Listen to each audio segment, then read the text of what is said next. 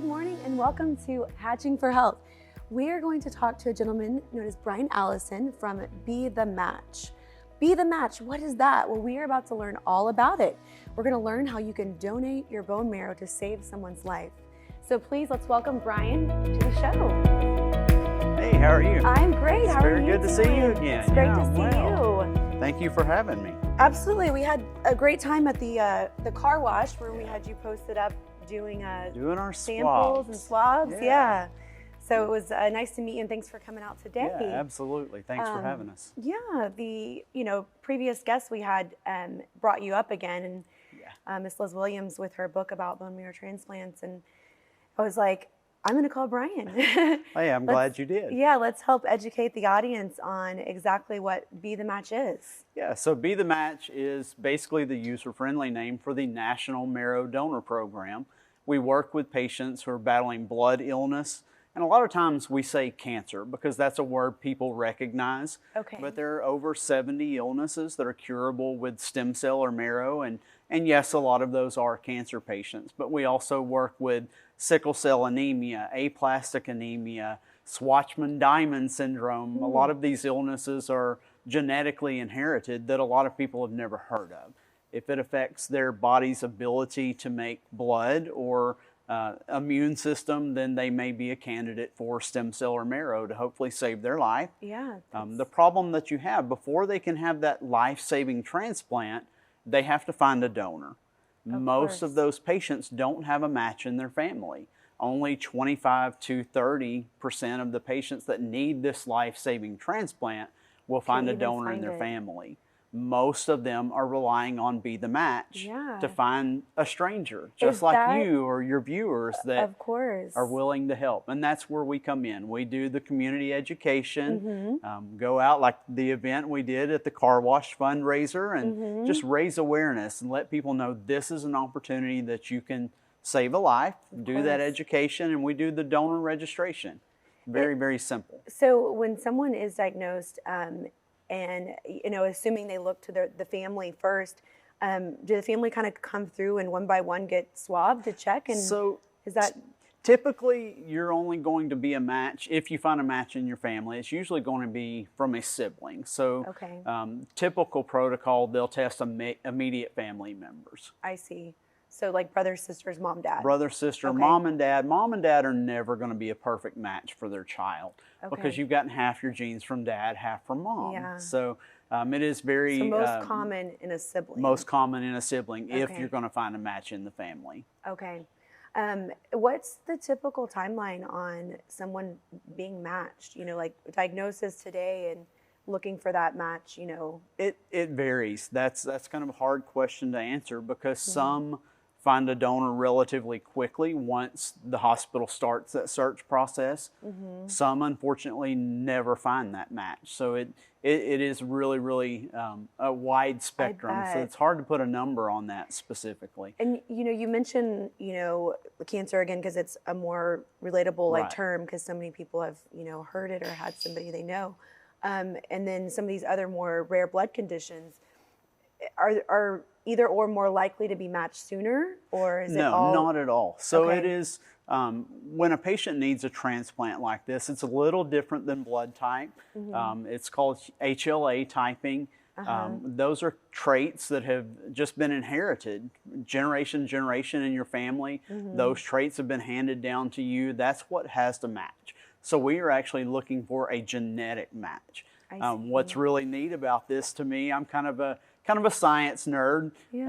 Blood type really doesn't affect this at all. So when somebody does find a donor, that person can have a completely different blood type than that recipient. And at the end, if that transplant takes place and is successful, the patient's blood type will actually change to match their donor's blood type. So it's very neat. It's very sci-fi for somebody who's kind of nerdy like I am. Well, the amount of blood that's received in these, I guess it's that much to kind of overrule what their previous blood type was. It's quite a bit, it sounds Actually, believe it or not, that's a big question we get asked. People want to know how much would I have to donate? And it's really not any different than a regular blood donation. What makes it a lot different on the patient side of things versus transplant versus a blood transfusion. Before they can have a transplant, they have to go through a very long regimen of chemotherapy, very high dosage, full body radiation, and that's getting their body ready to receive those donor cells. When they actually have a transplant, a lot of patients are very, very surprised because it's simply a bag of fluid. It looks like they're getting just another blood transfusion. But that little bitty bag can make the difference of curing their illness and giving them a second shot at life. That is incredible. Yeah. Is, just from the statistics, like when they do find a match and they get that, are they always cured and never have to get another one, or is it? Unfortunately, no. The survival rate from transplant is about 70%. So it's a very risky process, but for those patients that need this, that is their last opportunity for a cure. I see. So, you know, we have seen successful outcomes, and over many years of doing transplants, that survival rate's getting higher and higher, and patients that 10 years ago, you know, didn't have an opportunity to see a future, those patients are now finding those matches, getting those transplants, and it's really cool on my end to see, you know, when I work with kids that they get to start kindergarten, or one of my recent patients just became a granddad because of this. And, you know, that's the cool part about what we do. Like staying connected with them and seeing their lives evolve from, you know, from such a, almost, you know, a miracle situation, really. Absolutely. So somebody, for example, is like, okay, I want to see if I can help somebody. Where do they go? So it's really easy. Used to, it was a 3-page form. It was a lot. Now you can sit at home. Your viewers that are sitting at home can actually pull out their phone, text HFH all together to the number 61474. Okay. That'll give them a link that will take them to the registration screen. Fill that short form out. It's going to take about 3 or 4 minutes. It's very, very fast. Once you get to the end of it, you'll select mail me a swab kit, and you'll get one of these in the mail. Okay. You'll do it yourself at home. It's prepaid, doesn't cost anything. Swab the inside of your cheek, drop it in the mail. We'll get that to our lab, and it takes about 8 weeks. That'll get you into the database that hospitals like MD Anderson or Texas Children's, St. Jude, they're relying on that database to find matches for their patients. Okay. I actually would like a guest from the audience to come up so that they can personally try this. Do we have, So we have this one ready to go. I've got them labeled for you already. So it's pretty simple. We're going to remove this. This is where your swabs are going to go as you finish each one. I'm going to go ahead and stand up. Okay. So you can take one or the other. Pick a side of the mouth, scrub against your cheek, and count to 10 in your head. And it was very funny coming back from COVID. We had to be very specific and tell people cheek, not nose. So just stick it straight down to the pad. Easy enough. You'll do the same thing with this one, but on the opposite side. Very easy process. Very easy process. It's very simple. These 2 little swabs can mean all the difference between you know, future for a patient and them getting over that illness. So once we've got those collected, again, you just put them back in the envelope, self-sealed, drop it in the mail. I mean, it doesn't get any easier than that. Yeah, and then you'll, like you said, you'll get, you know, connected based on the information you filled out. They'll get back in touch with you 8 weeks later, which I personally did this at the car wash, and I got the, you know, the email that I'm now in the database. In the registry. The registry, yeah. So it's great. I think once you personally do it, you're like, you know, share it with people. And well, and it's such an easy thing to do. You know, it's a lot of people that register for this. You know, you could get a call in as early as 8 weeks. Yes. Yeah, absolutely. You could get a call in as early as 8 weeks once these get in. It may be 10 years down the road. So we have had a lot of people that forgot that they did this. It was such an easy thing for them to do that we called them 10 years later, hey, you're a match for this patient. And, you know, we had to remind them this is what you signed up for. But it's a simple way to help out. You know, you may never get that call. But imagine being the one person that gets to give somebody a second chance at life, gets to give that kiddo their first day of kindergarten, gets to give that guy an opportunity to be a grandpa. That's such a cool thing to be able to do for somebody else. It really is. I'm glad I've heard of you guys. Short 6 months ago, I had no idea that this existed. Right.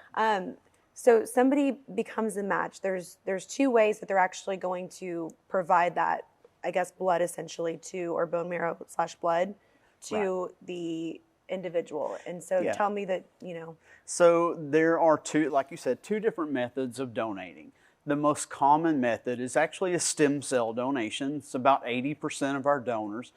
A process very similar to donating plasma or platelets.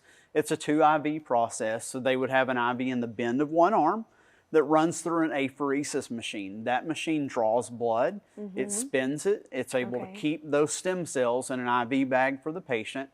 With a smaller IV in the opposite arm, it returns the blood back to that donor.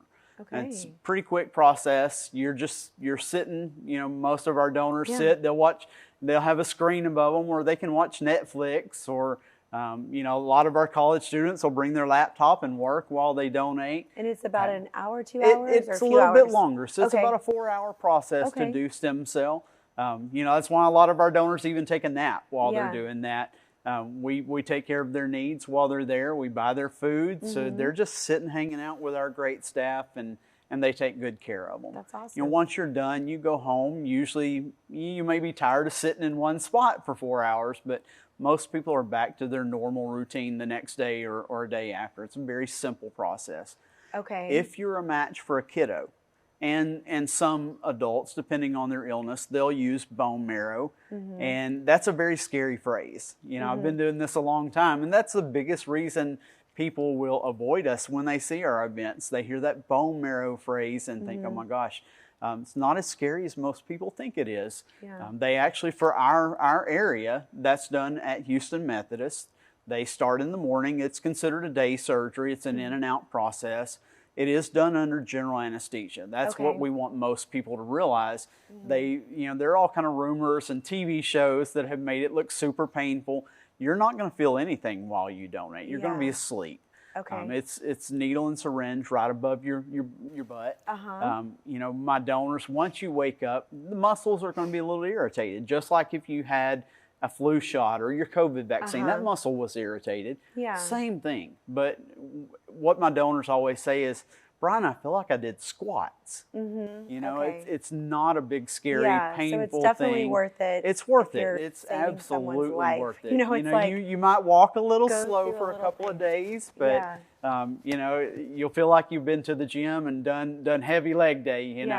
But you give somebody that second chance at life. I love in the process. So it's a great thing. Well, thank you so much, Brian. Absolutely. I really appreciate you coming out to Absolutely. kind of share exactly what Be the Match is with the public so that they can connect with you. And like you mentioned, so they can register on bethematch.com, but they can easily text HFH to 61474. And that will take you right there to do the registration, and you'll get this in the mail. It's as easy as that. Free, easy, can't go wrong. Exactly. So I hope that you connect with Be the Match and hopefully can help somebody out there in this world. And thank you for being here. Absolutely. It was great. And we thank you all for tuning in. We will see you right back here next Saturday morning.